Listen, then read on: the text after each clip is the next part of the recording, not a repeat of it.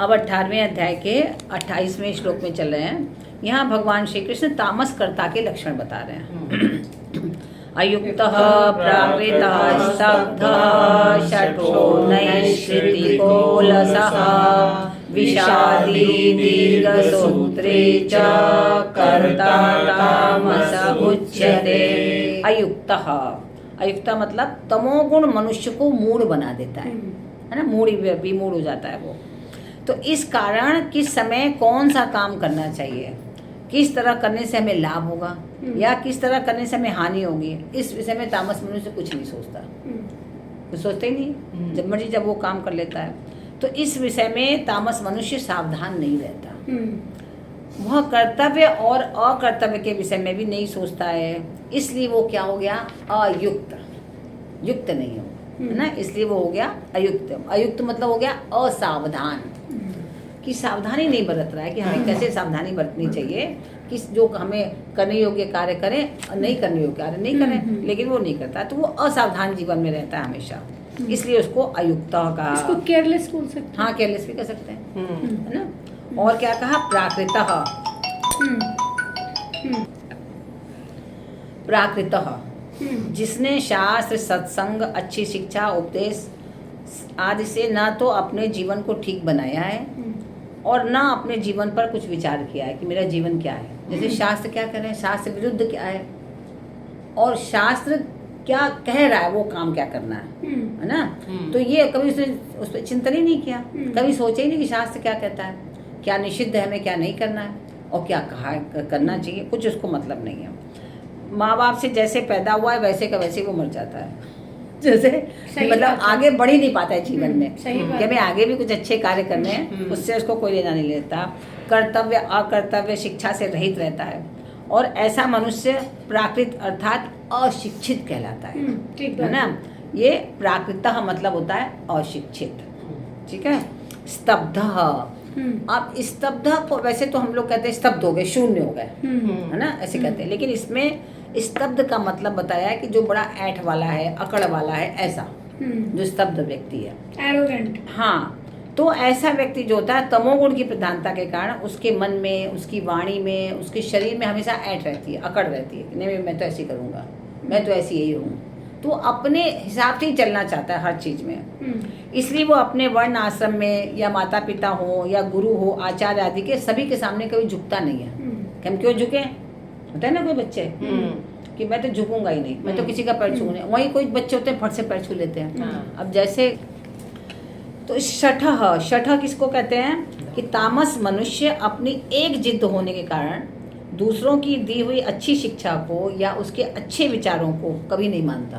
कोई जिद पे अड़ गया कि हमें ये करना है, तो आप कितनी भी अच्छी शिक्षा दी होगी आपने बचपन से लेके अब तक, वो कुछ समझ में नहीं आएगा। तो इसको क्या कहेंगे, ऐसे व्यक्ति को हम कहेंगे शठ माने जिद्दी, और शठ मतलब दुष्ट भी होता है, दोनों अर्थ होता है शठ का। हाँ, तो ऐसे व्यक्ति, हाँ कपटी भी कहेंगे, तो ऐसे व्यक्ति को जो है तामसी कहेंगे, जो किसी को सुनेगा नहीं, उसकी कितनी भी आपने शिक्षा दी हो कि देख बेटा ऐसे काम गलत होते हैं, कुछ समझ में नहीं आएगा। जो अपनी जिद अड़ गई वही हमें करना है, उसको तो मूर्खता के कारण अपने ही विचार अच्छे लगते हैं कि जो मैं कह रहा हूँ वही सही है, इसलिए शठ अर्थात वो जिद्दी कहलाता है। तो मूर्खस्य पंच चिन्हानि, मूर्ख लोगों के 5 चिन्ह हैं। क्या क्या है, गर्वी, जो बहुत हर समय घमंड करता रहता है, मैं ये, हाँ गर्वी, मैं ये, मैं वो, गर्वी। दूसरा दुर्वचनी, दुर्वचन बोलने वाला, अच्छा है ना, अच्छे वचन थोड़े से कम निकलेंगे, दुर्वचन थोड़े से ज्यादा निकलेंगे। हठी, जिद्दी, हर चीज में हट करने वाला। अप्रियवादी, और ऐसा बात बोलेगा जो अप्रिय हो दूसरों को, दूसरों को बिल्कुल भी प्रिय न लगे, ऐसे। तो ऐसे व्यक्ति को जो है हम शठ भी कहते हैं। अनैष कृतिकः, जिनसे कुछ उपकार पाया है उनका प्रत्युत्तर करने का स्वभाव होता ही नहीं उनके में, कि मतलब वो आपने आपके लिए उपकार भी किया लेकिन आपके लिए वो कभी भले नहीं सोचेंगे, कि मानेंगे नहीं। जैसे पहले के लोग कहते थे सुअर का बाल है इसकी आंख में, कहते थे ना कि सुअर का बाल है, कितना भी कर लो लेकिन ये कभी उपकार नहीं मानेगा। इसका क्या अर्थ होता है तो? अनैष कृतिकः, तो इसका मतलब हो गया कि दूसरे के उपकार को नहीं मानने वाला। प्रत्युत उनका अपकार करने वाला होता है ना।